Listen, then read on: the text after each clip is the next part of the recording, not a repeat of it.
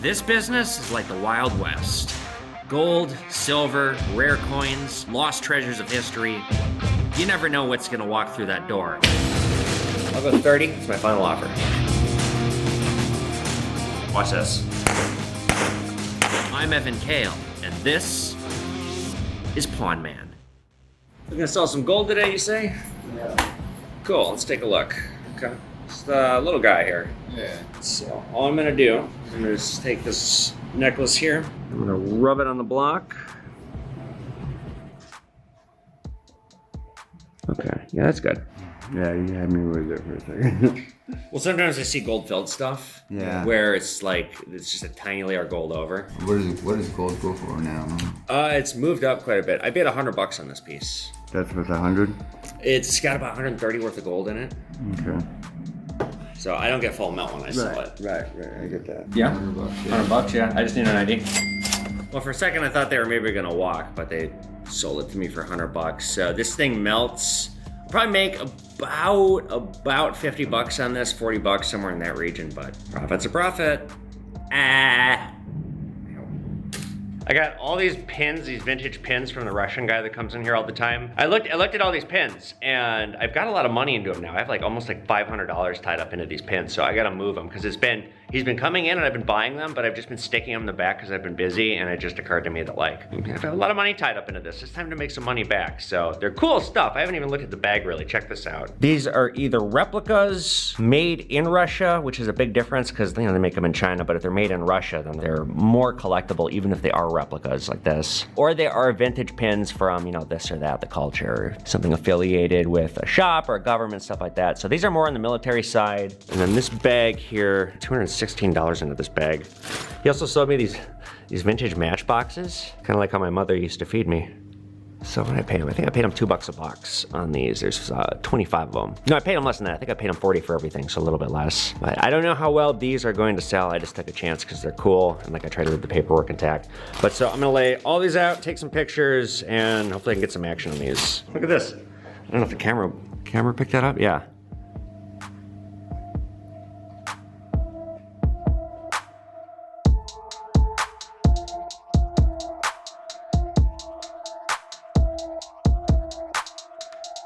This is all of them laid out.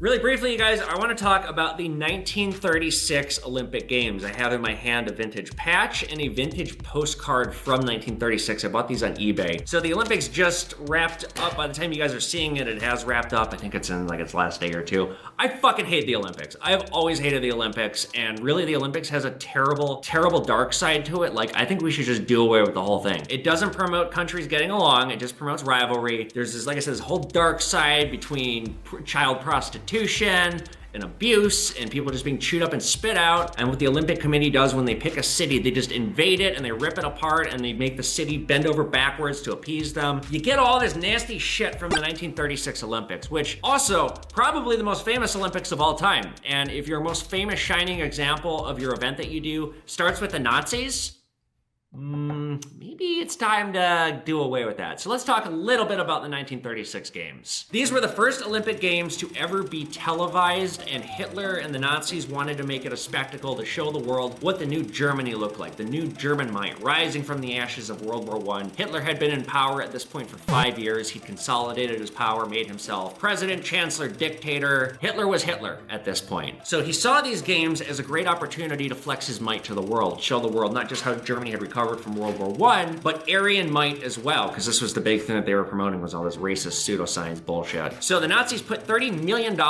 into cleaning up Berlin, building facilities, building the Olympic Village. The famous torch relay came from this idea of Aryanism. It started in Mount Olympus. They had this big white German athlete run with a torch from Mount Olympus to Berlin, and they still do that today. But you got this white guy running with a torch. The Nazis made stamps about it. They did all kinds of stuff to celebrate it. It was a show of Aryanism. It was a racist display, that torch running. That thing that they still do today started as something racist. Now in Germany, very much like many other cities would do, i.e. China, they would clean up the city to scrub the appearance. Basically, they would get rid of all the poverty, all the lowlives, all the undesirables. So in 36, Germany, there were mass arrests before the game. They just went through and they swept up all the ethnic undesirables and they removed them from the streets. Many countries wanted to boycott the Olympics because of how racist it was and just how much of a threat Germany was like apparently already becoming, despite the fact they hadn't really conquered any territory yet. Spain attempted to have their own Olympics. It was gonna be called the People's Olympiad. It was supposed to take place at the exact same time as the Berlin Olympics. However, Spanish Civil War broke out, so it never happened. Thousands of athletes, actually from around the world, arrived in Spain, and just hours before the game was supposed to start, the Civil War broke out and the whole thing went kaput. The Nazis did not want Jewish or black athletes to participate in the games. Two Jewish American athletes, Marty Glickman and Sam Stoller, were pulled from the 400-meter dash right before it was about to start because they didn't want to offend Hitler. What did they do? They get Jesse Owens as a replacement, and he won, and he became the star of the games, and he embarrassed Hitler,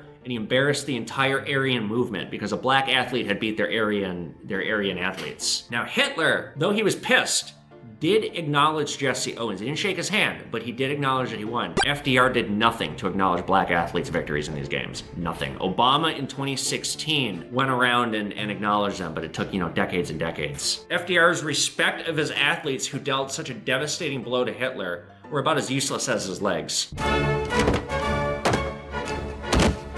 And fun fact, we also get the start of the shoe company, well, I guess clothing company, the one that I wear a lot, Adidas, comes from this games. Adolf Adi Dassler convinced Jesse Owens to wear his shoes right before the games. And after this victory was seen around the world, he rode this hype and he created the company Adidas. All in all, Germany did win these games. They won 89 medals, 33 of them being gold. America came in second. But the star of the show was Jesse Owens, the black athlete who beat the Aryans, and the Olympics sucks. I won't get into more specifics about why I hate the Olympics. There's an episode, it aired last summer, from the podcast Worst Year Ever, also co-hosted by Robert Evans, who I talk about all the time. They had somebody talking about the Olympics and like the history of it and why it was just terrible. And it really opened my eyes. I mean, I didn't like the Olympics before, but I'd recommend looking into it. And just know that the Olympics, all you know and love about the Olympics came from the goddamn Nazis. I'm listening to music, I'm not gonna pause it. I got all these Pokemon cards that I bought yesterday. I sent my employee out to go pick up some bullion. I was thinking about it and it might take him upwards of an hour to pull. We gotta pull all these out. There might be doubles in here. And we gotta put them in these holders, and I'm gonna wear gloves doing it. I'm gonna just do it myself because I don't wanna pay him the hourly to do it. So.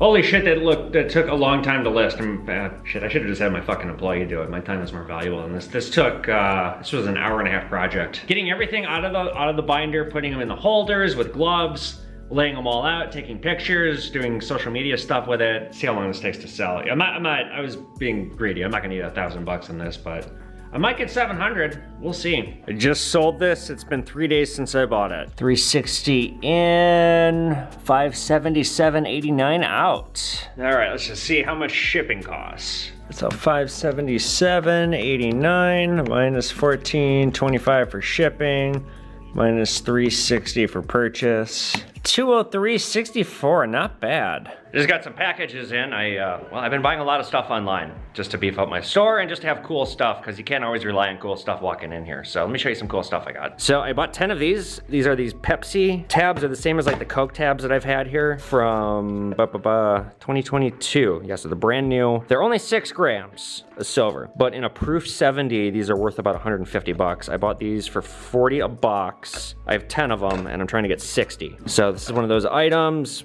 I seem to have a lot of these where if I have to sit on it, that's fine. I think these are gonna go way up in value. All this stuff is super collectible. I'm gonna put just a couple of these in my display case and the rest of these I'm gonna just kind of stick away in because I don't wanna overwhelm with the same item. So I got 5 more of these Star Wars Darth Vaders. I got some Japanese coins. This is a silver boo with chop marks somewhere in the 1800s, 1837 to 54. So end of the Tokugawa era. This I kind of overpaid on, but there's like no examples that are like this. This is a clad coin. I paid $52 on it, but look at that toning. It is incredible toning. It's natural toning. So this is something, I put it up my Instagram. I don't even think I'm gonna display it in my showcase. I'm gonna stick this away because if I have to keep this, I'm fine with that. And then I got some high dollar Nazi shit and I'm getting more of this stuff. I've been buying these Third Reich medals. They're graded by NGC. So this one, Social Welfare Declaration. This one is a War Merit Medal.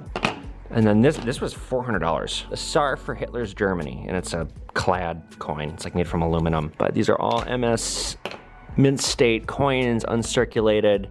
And then I have this 36 Olympic Games stuff to go with it. So this stuff is not for sale right now. I'm gonna amass a lot of this stuff, and I might do one giant, insanely expensive lot to see if I can get a buyer. But right now, I'm not selling this stuff. I'm holding out of this. We have been busier than shit today. We've had so many walk-ins. I haven't been doing a whole lot of filming because it's just like, there's too much going on, there's too much money. I don't have time to be making the content when I got the money on the line. So like, I had a ton of scrap deals today. I've done almost 8,000 in scrap deals today. I've done over 40,000 in gold deals today. God damn, if this could keep up every day, yeah, all my problems will be solved in like a year. Or less. Now I found this currency online. This is actually the first piece of graded currency I have ever purchased. It's from PCGS, so obviously it's coming from a good grader, and the grade's pretty high. So I paid, what did I pay on this thing? 50 bucks, something like that? Paid 99, and I got 130 on it pretty quick. So here we see peasant farmers by day. I don't know what this says, but I'm just kind of guessing with the images. We work by day, and we are guerrillas with RPGs by night. Pretty disturbing. Or maybe they're getting massacred, who knows? This is like becoming my coolest showcase. I got all my cool world coins here and like DPRK currency, some old checks, stuff like that. Like mostly currency and stuff, but I'm trying to make this as intriguing as possible. It's the first thing you see when you walk in. But I sold these. I've been buying some ancient Japanese coins off of eBay. This is somewhere in the mid 1800s, 1832 to 58. It's a 2-shoe Japanese coin silver piece, 175 on that. And I sold Mewtwo. I can't believe it. I sold this pretty quick. I thought I'd have to sit on this for a while. This was my most expensive coin in the store, and I bought this online. I'm not making a lot, but this was 600 bucks. So these are going as part of a larger order. Somebody wanted to spend 5K, and they wanted the Mewtwo and this one. So now what I do when I sell these coins, I just replace them. I'm gonna go get another cool coin that's expensive. I got a new neighbor moving in next door, and she's like a tiny woman, and there's this like heavy sheetrock, so I went out and offered to help her, but oh my God, these are heavy, holy shit.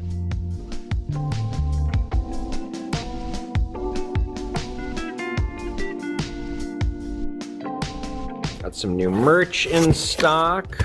Ooh, where is this? You guys, all the merch that I have, the button, the clothes, the coffee mug, all of it, I have a merch store. I don't seem to sell very much merch, but like I do have merchandise so you guys can buy. There's a link on my Linktree link. Get that Pawn Man merch. Ha. All right, guys, for this informative segment, we are talking all about the history of coin grading. Coin collecting is known as the hobby of kings. It took off in popularity for the masses around the 1800s, but obviously they've been making coins for almost as long as human history. Typically, when you were first starting to grade coins, they were given just a handful of ambiguous grades that weren't associated with any numbers. It was just terminology. Terms that were used: good, fine, very fine, uncirculated, ambiguous terms that people often took advantage of. What you would say is, this coin may be good, but it is very fine compared to other examples known of this coin. But that all changed in 1949 when Dr. William H. Sheldon created the Sheldon grading scale. It is a 70-point scale that you use to grade coins. Now, why not out of 100, which logically makes more sense? Sheldon thought that a perfect coin, a 70 out of 70 coin, if you placed said coin next to a 1 example, 1 out of 70 of that coin, the coin that is a 70 out of 70 is worth about 70 times more. And this was accepted until 1977. An individual named Abe Kosoff wrote a book, The Official ANA Grading Standards for United States Coins. But what this book did, it standardized coin grading across America. It used illustrations, it used the 70-point Sheldon grading scale, but instead of an ambiguous numerical scale that doesn't really have any examples, you're looking through this thing, it tells you different coins, what designates it in a different score category. What are we looking for to make it a 50? What are we looking for to make it a 10? However, even with these advents of new kinds of coin grading, even with it evolving as a practice, you still have a lot of ambiguity in the mix. And that is because coin grading is a completely subjective art. It is speculative. They are trying to make it as much of a science as possible, but the fact is, it is a speculative art. It always has been, and frankly, I think that's the beauty of the whole thing. Because of this ambiguity, are third-party coin authorities. The first one being ANACS, which I drag through the mud and make fun of all the time because it's not the #1 coin grader. ANACS started in 1972 and by 1979, its coin grading services were available to the masses. Later in 1986, David Hall founded PCGS, Professional Coin Grading Services, and then a year later came Numismatic Guarantee Corporation, NGC. These are the top three: PCGS, NGC, and then ANACS, which I always joke is the ugly redheaded stepchild of the three. PCGS is recognized as being the best, being the number one. The reason for that is they introduced the slabs. They had something new on the market that nobody else had. You send in your coin for them to grade. It is a plastic container protecting the coin, guaranteeing the coin's grade, guaranteeing that it is protected and safe and that this grade will stay. Now what they do, these are not airtight. They sonically seal these. So they put these in a chamber, they blast sound through it to get everything off. They don't touch it, and then they encapsulate it and seal it. But again, they're not airtight. You have to keep these in a place that is not damp. I've had people bring in coin collections and the coins are rotting in the slabs because they stored them someplace damp. They thought these are waterproof, they're not. But this was genius. Nobody was doing anything like this. This idea of slabs completely changed the game. Now what this does, not only does this protect the coin and guarantee the grade across time, you can look, you can see what it is, the score that they've designated. This correlates to a price. This makes it so that the price on this item is set. You can look up in a catalog what certain grades go for certain coins. It's a set price, there's no ambiguity, it is removing all the ambiguity. The system also created a couple problems in the mix though. Number one, the difference between an MS64 and an MS65 and an MS66, a 1-point difference in a coin, like let's say this Morgan Silver dollar, this is an MS63, it costs $130. If this was an MS64, it might be $230, so on and so forth. The designation between 1 point, it can be a lot of money. A lot of money. And people sometimes struggle to see the difference in that. Particularly with me, with Silver Eagles, if I see an MS69, yeah, I'm paying extra for an MS70. That's a perfect coin. An MS69. Silver Eagles were made to be uncirculated. They're not made to be spent. Most of them are in uncirculated condition. In fact, a vast majority of them out there are. So when somebody brings me in an MS69, I'm gonna pay more than the silver price. I'm paying right now, silver market price right now as of this recording is $24.50. If you walked in here with a Silver Eagle, I'd offer you 29 bucks. If you walked in here with an MS69, I would offer you 39. I would probably get 50. If you walked in with an MS70, well then I'd offer you probably 80 bucks or something. 50 to 80 in that region. But the 1 point difference, people really struggle to understand that. It frustrates people, and a lot of people just think it's a fucking joke. That 1 point difference can actually mean like millions of dollars. Other issues, this isn't cheap to get done. You have to buy a membership with PCGS as of right now if you want to get your coins graded. A membership is $250 a year. You get 8 free grades. They only let you send in certain kinds of coins. If you send in expensive coins, they make you pay extra. It's a racket. It's expensive to get this done. It's not quick either. It's like a 4-month process. You can expedite it. That costs even more money. I believe NGC is $150. I don't know how many free grades you get. And then ANACS, you can just send stuff in, and it's actually, ANACS is the most reasonable. It's like 20 bucks. When I get coins that I want to send in to get graded, they make you fill out this fucking stupid form that's like, it's so boomery. It's like actually annoying how boomery it is. And I just mail the coins to my dad and I make him send them in and do the forms because I don't want to do it. They make you fill out a form and you send it in. But PCGS and NGC, these are like billion-dollar companies. These companies have successfully monetized coin grading, capitalized on it and monopolized it and conquered the market. They are the 3 authorities. There are other coin grading services that are out there. I talk about them all the time. They are what I call sham graders. You have to use these 3 authorities. And what we're gonna be getting to in a minute here is really gonna make me second guess everything I'm saying. I'm stunned as to what happened, but we'll get to that in a minute. You do have to be on the lookout though for these sham graders because coin scams are rife.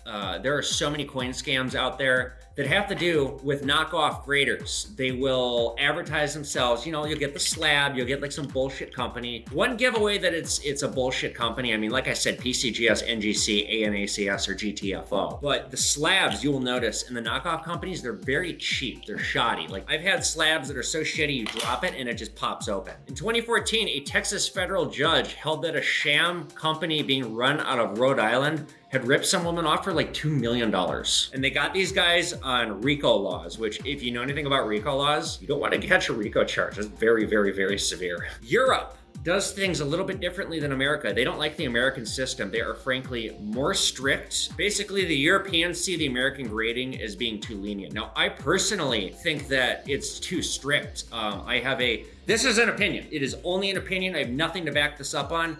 It is of my opinion that these coin grading services are intentionally grading very harshly to reduce the population of coins that are out there that are of a high grade. And obviously, you send your coin in because like you want to know what it is worth. You want to make money on it. You want to assign a value to it. If they're doing this, like I think they are, then that means they are actively ripping off everybody who is sending in coins to them. Because if you're getting back a coin that should be a 65, but they're giving it a 63 because their boss told them so, you're losing out on a lot of money and the authority told you. So this is the problem with it. Some of the sham graders are a little bit better than others. This one is AccuGrade. Interestingly, eBay doesn't let you sell sham graders. They only let you sell the ones that they recognize that are like actual authorities. This is one of the better ones, AccuGrade. The rule is knock a point off on what you see in front of you. So they've graded this 1920 Pilgrim commemorative $50, an MS65, it's an MS64. These companies, not a NACS, but PCGS and NGC basically exist because of my dad's federal case. I think this case is probably the best example of why coin grading is so subjective and why an authority needed to come along and just how this all got reined in. So I have told this story here before. If you guys haven't watched the episode, I think it's Buy Trip Special number 2. I'll make a long story short. My dad was a coin broker in the early 1980s. He was looking at Morgan silver dollars one night. That was his specialty.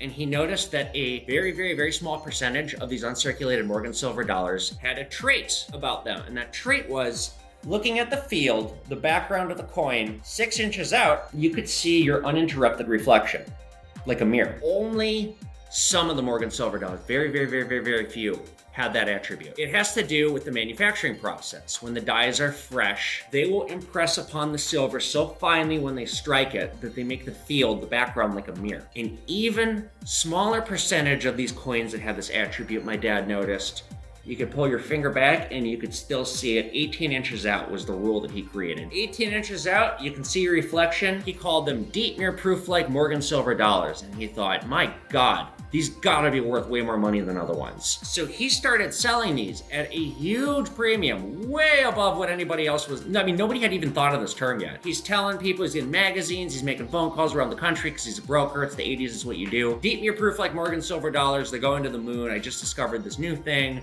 You gotta get them. Nobody knows about them yet. It's the top tier Morgan silver dollars. So he makes a lot of money doing this, and he's charging an insane amount of money for some of these coins, like thousands and thousands of dollars when others are charging hundreds. Government didn't like that. Well, what happened was he had a business partner that didn't like that. As soon as he discovered these and realized what he could do, he was working for another coin firm and he quit and he took all of his clients with him, kind of similar to what I did. And his former employer wouldn't let it go. Hired a private investigator, worked to try and find something that he could nail him on. And finally they came back with, well, he's selling these coins at this ridiculous rate and he's using the mail to do it. Called the postal inspectors. Postal inspectors took up a case against my dad for mail fraud. They almost got him for RICO and he took it to trial and he lost. Now his trial, if you read the court documents, the fraud was that he was exorbitantly charging on coins. Nobody could agree if a Morgan silver dollar deep mirror proof like was a thing or not. The government called in expert witness coin graders. They all said that it was a bunch of baloney. My dad called in expert witnesses that were coin graders. They all said, no, Harold Kale discovered something. And long story short, my dad, like I said, took it to trial. He lost. He got, I think they gave him 7 years. Complained about his food a year into his stay at a minimum security prison because he's Jewish and they weren't feeding him kosher food. And the warden was like, fuck you. And he threatened to get the ACLU involved and sue them. And then my dad woke up in the middle of the night to 2 federal marshals in his cell. They black bagged him, threw him on a plane, didn't tell him where he was going. And he got thrown into a maximum security hellhole in Springfield, Missouri with child molesters and rapists and killers and all kinds of fucking horrible shit. Serial killers. He was in there for 18 months. They didn't let him fucking contact my grandparents to tell him what happened. My grandparents just didn't know where he was. If you're like, this sounds illegal. Yes, it got his sentence cut in half. As soon as they got wind of what was going on, my dad got released from there. A Minnesota senator, prominent figure in the Jewish community here, who my grandparents knew, got involved and was like, holy shit. So he got taken out of there, put back in Wisconsin, went in 84. and he got out in 88, and he met my mom, I think the day after he got out. Okay, so I'm kind of deviating here. So his case, though, it sent ripples through the coin community. He was one of the first people convicted on felony fraud involving coins. The biggest, if not one of the biggest cases to date involving fraud in coins. But all he did was discover deep mirror proof like Morgan silver dollars and sell them at a high rate. Guess what? Today, what does that say right there? You see that PL? It says proof like. So this is just a proof like one. I don't have a deep mirror proof like Morgan silver dollar here, because they're insanely expensive. They are the top tier Morgan silver dollar. In other words, my dad was right. These authorities of coin grading recognize what he discovered as being a real thing. My dad went to federal prison. What the fucking hell? For something that's real. So these coin grading companies, they came about largely because of my dad's case, because there's no authority to say yay or nay one way or another. And I guess, you know, the government called in their own experts, my dad called in his experts. Nobody could agree on anything in this court battle. But I guess basically the government proved their point better than my dad did, and he got convicted. So in conclusion, coin grading is a highly speculative art. These major companies that have come about to act as the authority were necessary to come about. However, there's a lot left to be desired. There's a lot of holes. And now I'm going to show you guys something that will make you question everything about coin grading. It certainly made me question everything. And it is, I can't believe that this happened, because it happened so perfectly in line with what we're talking about this week. I wasn't planning on what I'm about to show you guys happening. It just conveniently happened this way. Let's take a look at a rare coin that I got and I sent in. About 3 months ago, a young person came in here and said, I was at the old shop and they have two proof coins. They have a proof Barber 1904, and they have a proof seated Liberty dollar from 1875. Now, these are fucking rare coins. There's 670 examples, I believe, and the seated Liberty, there's only 700. So I said, well, are they real? Because I've seen the old man make mistakes. Yeah, I had him weigh them, they're real. How much does he want? He wants 400. I'll give you 6. Go get them, I'll give you 6. So he went, he got them. What happened was I had these gold coins that I had slightly overpaid on. So I traded them. I gave him the gold Liberty. He went, I gave him 2, and he went and got both those proofs, and they were real. I sold one outright, I got 900 on it. The other one, the seated Liberty one, was breathtaking. Now, here are the pictures of what PCGS graded it as. What happens with PCGS is they give you these high definition photos, they enter it in their database, yada yada. So they graded it as being an authentic proof, clean coin. This had been clean. What happens is, and what's going on with the fucking problem with PCGS and NGC, is they are taking a subjective art and they are trying to make it a literal science with technology. They use microscopes that are like, forget the magnification, it's insane. And they look and they look and they look and they look for anything, and they make it so hard to get a good grade. 3 coin experts will look at the coin independently of each other, and then the mean score is what you get. If you get a plus on your score, that means one person thought the grade was higher than the other two, / 2 people thought the grade was high and one person thought the grade was low. The plus means somebody was like, this is a really good coin. So I set the seated Liberty in, I held my breath because I thought it was, if it came back at a proof 65, it'd be worth $5,000. I thought it was gonna come back a proof 63. Well, I didn't like the grade I got from PCGS because they said it had been cleaned. I thought that was bullshit. So I sent it into ANACS thinking, well, I bet they're not as strict. I bet they'll give me a better grade. Because again, if it comes back a proof 65, it's worth thousands of dollars. I got very little money into it. I didn't think that they would designate it as being clean because the clean is so minute on this coin. Not only did ANACS say that this coin has been cleaned, they gave it a lower score, and they don't think it's a proof. Doesn't say proof on here. They are grading this a business strike. Meaning the coin authorities are so far apart on this, then it beckons the question, what is the point? This is as extreme as not knowing the difference between a red wine and a white wine. And if you're a sommelier and you can't make that distinction, I'm flabbergasted that they would make this mistake. So I'm gonna crack this out of the case actually, and I've never done this before, and I'm gonna just sell it outright. This is one of the rarest coins I've ever come across, and they're just calling this a regular coin. I just squeeze with the needle nose. There it goes. So I am just going to discard this, and I'm going to leave this in its presentation holder just like that. And now I'm going to resell this. All right, guys, just like that, it is the end of the day and the end of the episode. If you guys like this video, be sure you give it a thumbs up, hit the notification button so you know when new episodes of Pawn Man are coming out. Become a Pawn Man Patreon. Every dollar I get goes toward improving the show. Follow me on social media, @EvanKale, @PawnMan. Get my books on Amazon, and I will see you guys back here for another episode of Pawn Man. Later, guys.